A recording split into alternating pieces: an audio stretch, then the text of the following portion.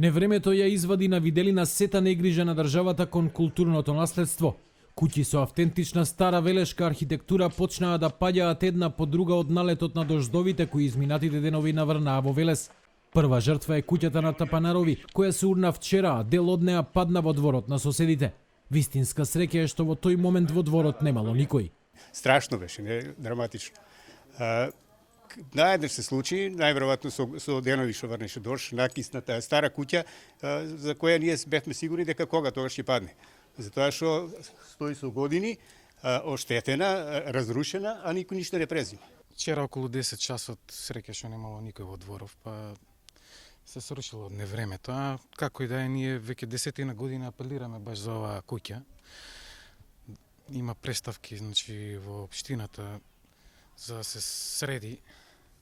Оваа и уште 4 куќи во местноста Долнодуќани се заштитени со закон и државата треба да се грижи за нив. Но наместо оваа улица да биде атракција и да привлекува туристи, таа сега е улица на стравот. Во куќите одамна не живее никој освен наркомани кои често влегуваат во нив, велат соседите. 50 на метри подолу утрово се урна покривот и на куќата на Настеви. Сабајле у 5 саатот еден дел од кровот скроз пропадна у собата и кај денеска кај 11 саатот уште еден дел пропадна и еве самите гледате дека ризично е. На терен денеска излегува урбанисти од општината. Полицијата ја обезбедува улицата, а пожарникарите расчистуваат дел од паднатите греди од куќата.